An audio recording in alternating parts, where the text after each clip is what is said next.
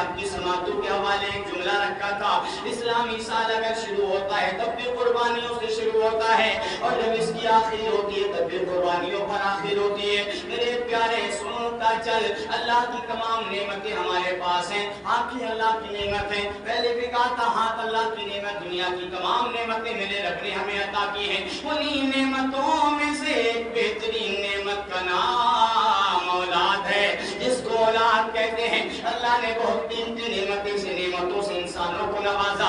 اولاد اگر ہو تو اولاد کے ناطے سے سلسلہ چلتا ہے، اولاد اگر نہ ہو تو گھر کا آنگن سونا سونا سا نظر آتا ہے۔ چل میرے پیارے، ہم جوان ہوئے، جوان ہونے کے بعد ہمارے ماں باپ نے ہماری شادی کی، شادی کرنے کے بعد میں ہم نے گھر بسایا، گھر بسانے کے بعد میں ہم اپنی زندگی کی گاڑی کو آگے لے کر چلتے رہے، 1 سال 2 سال 4 سال 5 سال جتنے بھی سال بیتے، ہم تمام خوشیوں میں نہاتے چلے آئے، لیکن ایک اولاد ہمیں اللہ نے عطا نہیں کی۔ شادی کو 1 سال بیت جائے تو آج کل کا وہ رواج، وہ ماحول ہے، محلوں میں باتیں ہوتی ہیں، گھروں میں باتیں ہوتی ہیں، نہ جانے اتنا وقت ہو گیا کیا عالم ہے، نہ جانے اتنا وقت ہو گیا کو سمجھ میں نہیں آتا، لیکن اس ماں کے دل سے پوچھو، اس باپ کے دل سے پوچھو، اللہ نے ابھی تک جس کو یہ نعمت عطا نہیں کی، اللہ نے ابھی تک جس کو یہ تحفہ نہیں دیا، رفتہ رفتہ زندگی کا دور کرتا ہے، رفتہ رفتہ وقت آگے بڑھتا ہے، ماں باپ کے چہروں پر غمزدہ پن آتا ہے، مرجھنا پن آتا ہے، 1 سال 2 سال 3 سال 4 سال 5 سال 10 سال میں صبر کا باندھ ٹوٹ جاتا ہے۔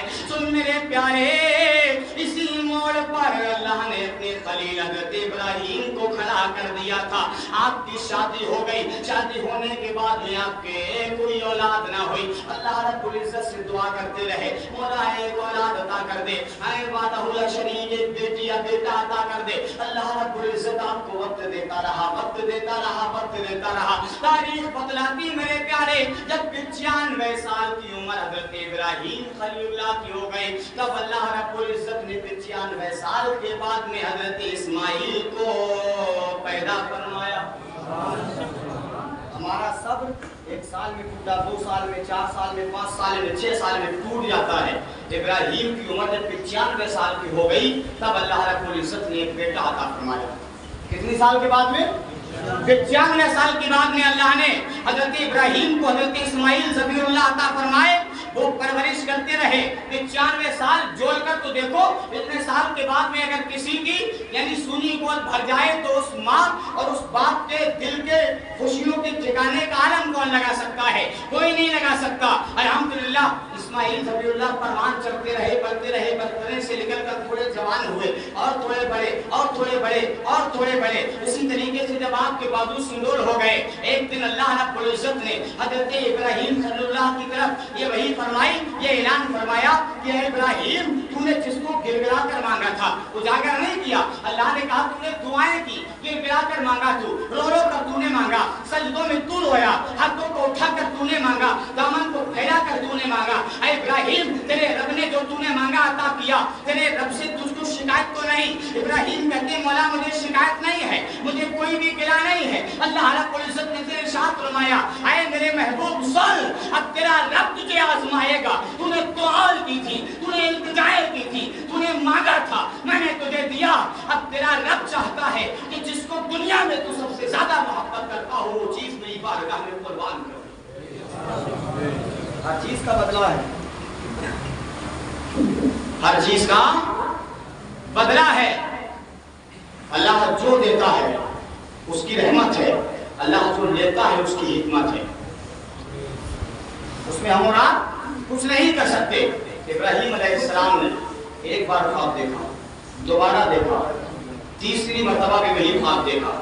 اب آپ کشمکش میں پڑ گئے، کیا کیا جائے؟ آپ نے آگے کو بہت مرتبہ سنا ہے کہ ہاتھوں میں چھری لی، رسی لی، ہاتھوں پہ پٹی باندھ کر اسماعیل کو ذبح کرنے کے لیے چلے گئے۔ اب یہاں سے سوال دوسرا پیدا ہوتا ہے جو ایک طرف قربانی کا بیان ہے، سینکڑوں مرتبہ آپ نے بے انتہا مرتبہ سنا ہوگا کہ ایک باپ نے بیٹے کی گردن پر کس طرح چھری چلائی، کس طرح گھر سے لے گئے، لیکن یہاں نقطہ یہ ہے کہ جب حضرت ابراہیم اپنے بیٹے کو قربان گاہ کی طرف لے جا رہے تھے کہ حضرت اسماعیل ذبیح اللہ کو اس چیز کا علم تھا؟ نہیں تھا۔ کیا آپ اس چیز کو جانتے تھے کہ میرا باپ مجھے ذبح کرنے کے لیے لے جا رہا ہے؟ اس چیز کا علم بعد میں آپ کو پتہ لگے گا جب آپ کے پاس شیطان ملعون آئے گا۔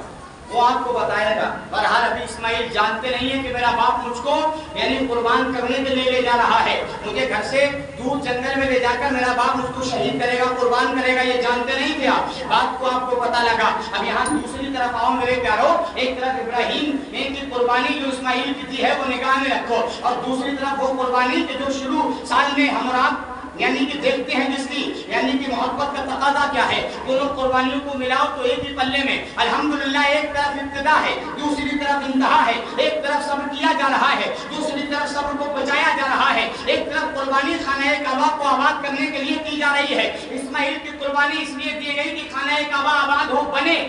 نام حسین نے قربانی اس لیے دی کہ خانہ کعبہ بچ سکے, آباد رہ سکے. ابراہیم نے اسماعیل کی قربانی اس لیے دی کہ دین محمد آگے آئے گا جو پروان چل سکے. حسین نے کربلا میں قربانی اس لیے دی کہ بعد محمد عربی قیامت تک اب نانا کا دین پروان چل سکے. ادھر اسماعیل کی قربانی اس لیے دی گئی کہ حضرت ابراہیم خلیل اللہ اس وعدے میں کھڑے اترے جو اللہ سے کیا, یا وہاں پر رب کا وعدہ تھا, وہاں پر مرثیت تھی, اس لیے ابراہیم کی یعنی کہ قربانی کرنے کا جو منشا تھا وہ کیا. یہاں حضرت امام حسین نے قربانی اس لیے پیش کی کہ بچپن کا نانا کا وعدہ وفا ہو سکے. ایک ہی منظر ہے, ایک ہی پلہ ہے, کھول کر دیکھو آپ میزان اٹھا کر تو دیکھو, پتہ لگے گا کوئی بھی اونچا نیچا نہیں ہے, ایک ہی معاملہ ہے. میرے پیارے فرق اتنا ہے, وہاں اسماعیل کو علم نہیں تھا, یہاں امام حسین کو علم ہے کہ فلاں تاریخ ہوگی, فلاں میدان ہوگا, فلاں جگہ ہوگی, فلاں انسان ہوگا, میرے ساتھ فلاں شخص ہوگا. یہی تو وجہ تھی. یہاں باپ نے کہا بیٹے یعنی بیٹے نے پوچھا کہ بابا کہاں جا رہے ہو, باپ نے کہا کہ فلاں جگہ دعوت میں جا رہے ہیں. الگ الگ طریقے سے لوگ بیان کرتے ہیں, کوئی کچھ کہتا ہے تاریخ میں لکھا ہے, کوئی کچھ الگ طریقے سے یعنی کہ 2-3 لفظ ادھر صحیح ہے ادھر صحیح, لیکن یہی تو مسئلہ ہے کہ اسماعیل نے پوچھا بابا کہاں جا رہے ہو, کہا بیٹا ایک جگہ دعوت میں جانا ہے. حضرت حاضرہ کا بھی یہی ذکر ہے, وہ بھی یہی کہتی ہیں. حسین جب مدینے سے نکلے میرے پیارے سینے پہ ہاتھ رکھ کے دیکھ, حسین سے جب پوچھا حسین کہاں جا رہے ہو, حسین نے یہ نہیں کہا دعوت میں جا رہا ہوں, حسین نے یہ نہیں کہا کہ فلاں جگہ جا رہا ہوں, حسین نے یہ نہیں کہا کہ اس سے ملنے جا رہا ہوں, وہاں جا رہا ہوں, یہاں جا رہا ہوں. ارے حسین سے پوچھا, اے حسین بتاؤ تو مدینے کو لوگ دیکھنے کے لیے بے چین رہتے ہیں, مدینے کی یاد میں لوگوں کا دل بے قرار رہتا ہے, تم پہلے انسانوں کے مدینہ چھوڑ کر جا رہے ہو. ارے لوگ دور دور سے فرضوں کی ادائیگی کرنے کے لیے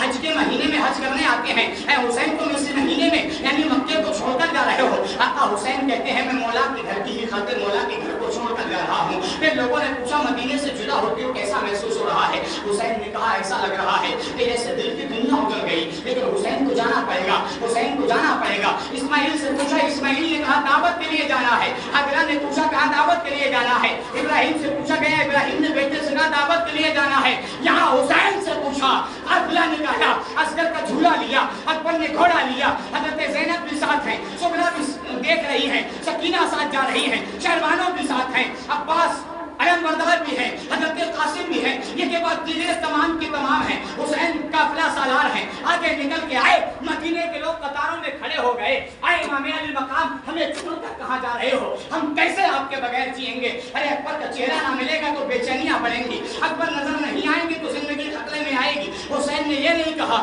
کہ حسین کسی اور مقصد کے لیے جا رہا ہے. حسین نے کہا لوگوں صبر کر لینا, حسین کربلا میں عباس کے بازو دینے جا رہا ہے, اکبر کی گردن دینے جا رہا ہے, ارے قاسم کا شباب دینے جا رہا ہے, اب عسکر کو لٹانے جا رہا ہے. ابھی تو سکینہ چیخے گی, حسین سنے گا, ابھی تو زینب روئے گی, زین العابدین خون روئے گا. ارے سب کچھ برداشت کرنا ہے, اس لیے حسین کربلا جا رہا ہے. اب لوگوں نے کہا حسین جب پلٹ کر آؤ گے کیا زندگی رہی تو حسین آئے گا, ورنہ وعدہ یہی ہے کہ کربلا میں حسین مٹ کر محمد کے دین کو سربلندی عطا کرے گا. سب جانتے تھے حسین, اسماعیل ابھی نہیں جانتے کہ باپ کہاں لے کر جاتے, لیکن حسین سب جان رہے ہیں. سب قربانیوں کا سلسلہ قرآن نے ایسے ہی شروع نہیں کیا. قرآن میں اللہ نے ارشاد فرمایا فلا تقولوا لمن يقتل فی سبیل اللہ اموات, وہ لوگ جو اللہ کی راہ میں قتل کیے جائیں, شہید کیے جائیں, انہیں مردہ مت کہو, والاحیاء, بلکہ وہ زندہ ہیں, ولکن لا تشعرون, لیکن تمہیں ان کی زندگی کا شعور نہیں ہے. قرآن سے مت ٹکرانا, قرآن کچھ کہتا ہے, انسان کی سمجھ میں آئے یا نہ آئے, قرآن کا ایک ایک جملہ اٹل ہے, قول محمد, قول خدا, فرمان نہ بدلا جائے گا, بدلے گا زمانہ لاکھ مگر قرآن نہ بدلا جائے گا. کبھی ایسا نہیں ہو سکتا۔ میرے بھائی جو اسلامی سال شروع ہوتا ہے قربانیوں سے، ختم ہوتا ہے قربانیوں سے، یہ ہمارے لیے ایک درس ہے، ہمارے لیے ایک سبق ہے۔ یہ کون سا سبق ہے؟ اور میں آپ کو سبق کی طرف لے کر چل رہا ہوں۔ ہم اور آپ ذہن نشین کر لیں یہ چیز، اے باری تعالیٰ تیری مرضی کیا ہے؟ تو اسلام کا مہینہ اگر شروع کرے تو قربانیوں سے، اسلام کا مہینہ اگر شروع کرے تو قربانیوں سے، اور ختم کرے تو قربانیوں سے۔ ہم نے عالم محبت میں ڈوب کر اللہ کی رحمت کو آواز دی، اے رحمت پروردگار ہم موقوف ہیں، واقف نہیں ہیں، ہمیں سمجھ نہیں آتا، عقل میں نہیں آتا، خلاصہ کر اے رحمت بتا ان عیدوں کی یا قربانیوں کی دلیل کیا ہے؟ تو وحدہ لا شریک نے ارشاد فرمایا کہ جب اولاد پیدا ہو تمہارے یہاں تو پالنا ایسے جیسے ابراہیم اور حسین کو پالا گیا تھا۔ درس دیا رحمت رب نے کہ پالنا ایسے جیسے ابراہیم نے اسماعیل کو پالا تھا، جیسے میرے محبوب محمد عربی صلی اللہ علیہ وسلم نے اپنے لقب جگر حسین کو پالا تھا۔ عجیب مولا سمجھ آیا ہمارا۔ اے رب آگے ارشاد فرما تیری رحمت کیا کہتی ہے؟ آگے اللہ کی رحمت کہتی ہے سن، جب دین کی باری آ جائے، جب ایمان کی باری آ جائے، جب رب کی طرف جانے کی باری آ جائے تو قدم ایسے پیچھے مت اٹھانا جیسے کہ نمرود گر گیا تھا، جیسے کہ یعنی کہ نمرود کے بعد حامان، شداد، قارون یہ سب پیچھے مڑ گئے تھے۔ جب باری آئے اسی اولاد کے امتحان کی تو آگے ایسے بڑھنا جیسے کہ محمد ربی بڑھے تھے، جیسے کہ میرا محبوب ابراہیم بڑھا تھا۔ ہم نے پوچھا باری تعالیٰ کیسے؟ تو کہا میں نے جو عطا کیا جس سے تم کھیلے، جس کو تم نے کلی سے گلاب بنایا، گلاب سے گلشن بنایا، گلشن سے گلدستے میں سجانے کی تم نے یعنی کہ ضرورت و ہمت کی، آج میں اس کا مالی ہوں، میں جیسے چاہوں ویسے لے سکتا ہوں۔ میرا یہ قول ہے، میرا یہ کھیل ہے کہ میں تمہیں جو دے رہا ہوں اے لوگوں سنتے چلو، اے پالو اولاد کو ایسے پالو جیسے اسماعیل و حسین پلے تھے، اور وقت آ جائے تو اپنی اولاد کو دین پر کٹا بھی ایسے دو جیسے ابراہیم اور حسین کٹے تھے۔ درس دیا، یہ سبق ملا ہے زندگی کا۔ جانا سب کو وہاں تک ہے جہاں تک شریعت کا حکم ہے، جہاں تک شریعت کا دائرہ ہے۔ تو کہنے کا مقام صرف یہی ہے کہ جو مالک نصاب ہے، آج ہم سے اولادیں نہیں مانگی جا رہی ہیں۔ اسلام نے کہا ہے کہ تم مجھے بازو دے دو، کہ اب کہیں قتل و قتال کی نوبت ہے جہاں آنکھیں مانگی جا رہی ہیں، جہاں کان مانگے جا رہے ہو، نہ کہ ہم اور آپ نہیں جانتے۔ نبی کریم صلی اللہ علیہ وسلم کی چچا جان کو کون نہیں جانتا؟ تاریخ میں نام آتا ہے تو جس میں سنسنی دوڑ جاتی ہے حضرت امیر حمزہ رضی اللہ تعالیٰ عنہ کے نام سے۔ امتحانوں کی دنیا ایسے آباد ہوتی ہے۔